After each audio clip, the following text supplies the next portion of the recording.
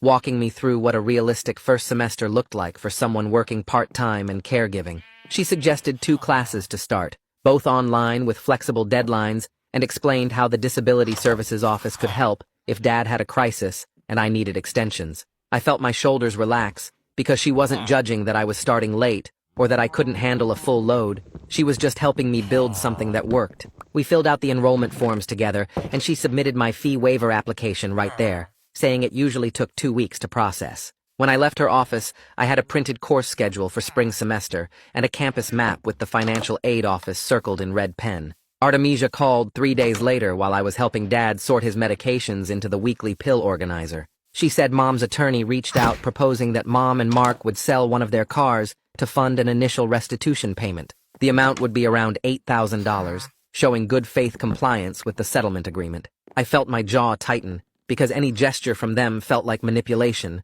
but Artemisia was already talking through the terms. She said she'd negotiated that the payment had to go directly into the restitution escrow account, not to us, and they needed to provide the bill of sale and deposit confirmation within 30 days.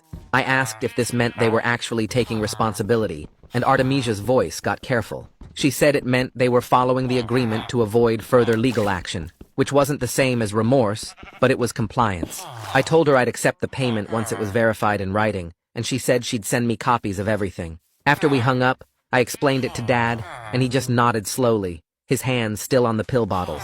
He said he didn't care about their reasons as long as the money came back. 2 weeks later, I was carrying groceries up to the apartment when I saw Mark's truck in the parking lot.